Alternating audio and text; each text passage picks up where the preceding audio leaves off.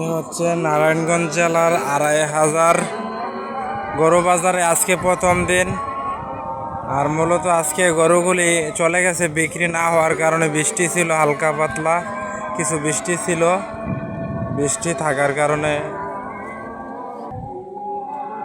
থাকার কারণে গরু নিয়ে সবাই বাড়ি চলে গেছে। আর গরু বাজারটি এখন থেকে রেগুলার চলবে।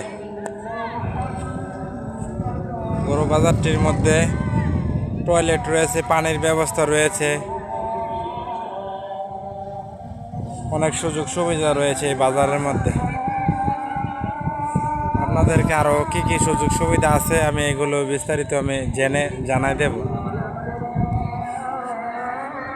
এটার পাশে একটি মন্দির রয়েছে।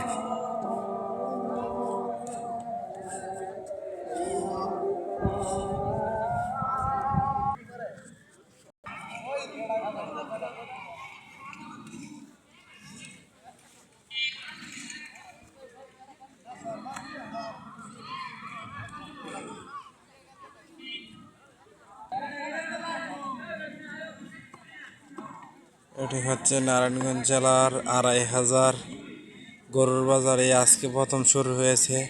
একদিন পর পর হবে গরু বাজার এবং রেগুলার হতে পারে বেশি চাহিদা থাকলে।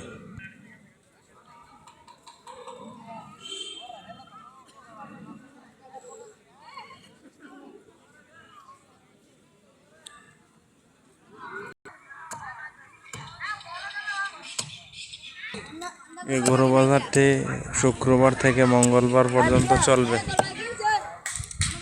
শুক্রবার এবং মঙ্গলবার ২ দিন চলবে প্রতি সপ্তাহ।